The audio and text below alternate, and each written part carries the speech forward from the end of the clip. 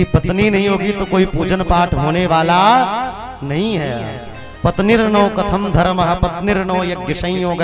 बड़े बड़े यज्ञ जैसे होते हैं, आपको बता दे अग्निहोत्र वगैरह लेना हो तो बिना पत्नी के अग्निहोत्र लिया ही नहीं जा सकता। अग्निहोत्र की प्रक्रिया ही पूरी नहीं होगी।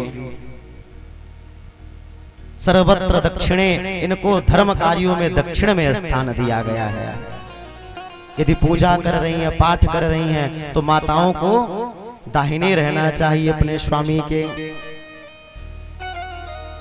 ये नियम है। और माताओं को क्या कहा गया है? धर्म पत्नी।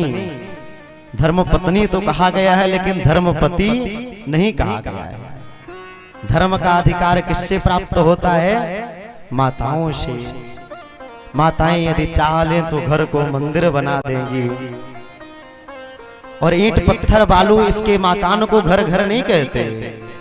ना गृहम गृह मिथ्याहु गृहिणी गृह। ईंट पत्थर के मकान को घर नहीं कहते।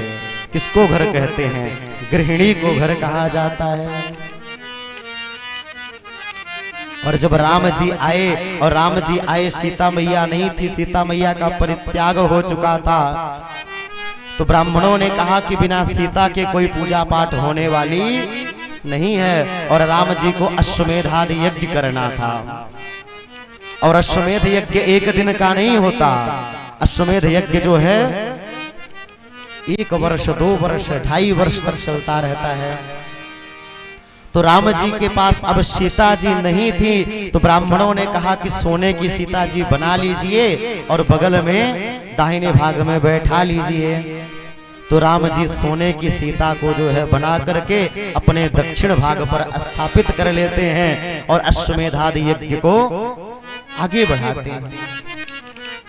और जब शाम हो जाती है तो वो सोने की जो सीता जी रहती हैं उनको ब्राह्मणों को दान दे दिया जाता है। सुबह के दिन दूसरी सीता जी सोने की बन के आती है। इसी तरह एक एक कर करके जो है राम जी ने बहुत सारी सोने की सीता जी बनाया और दान दे दिया। और रामावतार में जो वही सोने की सीता को बना बना करके दान दिया, वही सब सीता कृष्णावतार में गोपियां बन गई और भगवान राधा रमण के साथ रास करने लगे। प्रेम से बोले कृष्ण कन्हैया लाल की, रासेश्वर भगवान की। तो वही सोने की सीता द्वापर युग में गोपी बन करके आ गई, गोपत्व का भाव लेकर के आ गई। राम और कृष्ण में तनिक भेद नहीं है महाराज। रामावतार में क्या था? रामावतार में राम जी हमारे बड़े थे और लखनलाल छोटे थे। तो इस बार भगवान ने कहा कोई बात नहीं। राम जी ने कहा कि ऐसा है, मैं बड़ा हूं, तुम छोटे हो लक्ष्मण जी, तो अब जो अगला अवतार हमारा होगा द्वापर युग में तो तुम बड़े हो जाना और मैं छोटा हो जाऊंगा। तो कृष्णावतार में लक्ष्मण जी